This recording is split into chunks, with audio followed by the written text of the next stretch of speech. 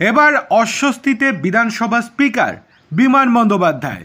বিমান বন্দ্যোপাধ্যায়ের বিরুদ্ধে বড় পদক্ষেপ বিজেপির।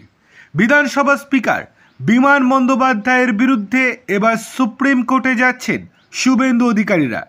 বিধায়কদের দলবদল নিয়ে বিমান বন্দ্যোপাধ্যায়কে আক্রমণ করেছেন তিনি।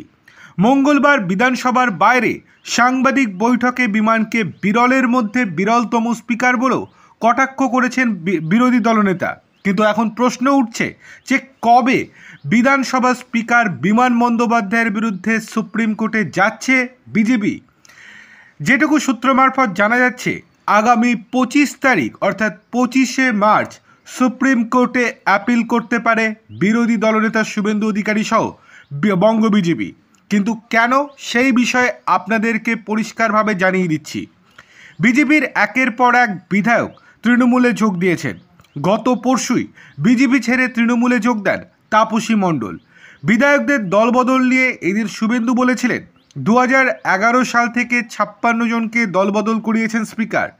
বিজেপি, সিপিএম, কংগ্রেস, আরএসপি কাউকে বাদ দেয়নি। তারপরেই স্পিকারকে আক্রমণ করে তিনি বলেন দলবদল করলেও তা বিধানসভায় বলার সাহস নেই কারোরও।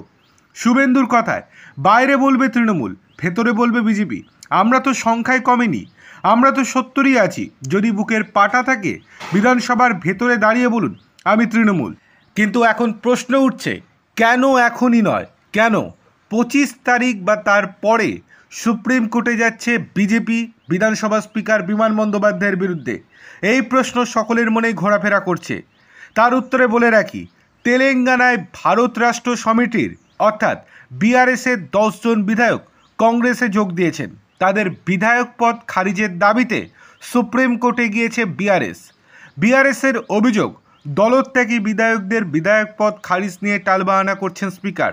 সেই প্রসঙ্গ তুলে শুভেন্দু বলেন তেলেঙ্গানায় দলত্যাগ বিরোধী আইন নিয়ে সুপ্রিম কোর্টে শুনানি রয়েছে। সুপ্রিম কোর্টে ওই মামলার শুনানি হবে আগামী 25শে মার্চ। 25শে মার্চের পরই বিমান বন্দ্যোপাধ্যায়কেও সুপ্রিম কোর্টে নিয়ে যাবে বিজেপি।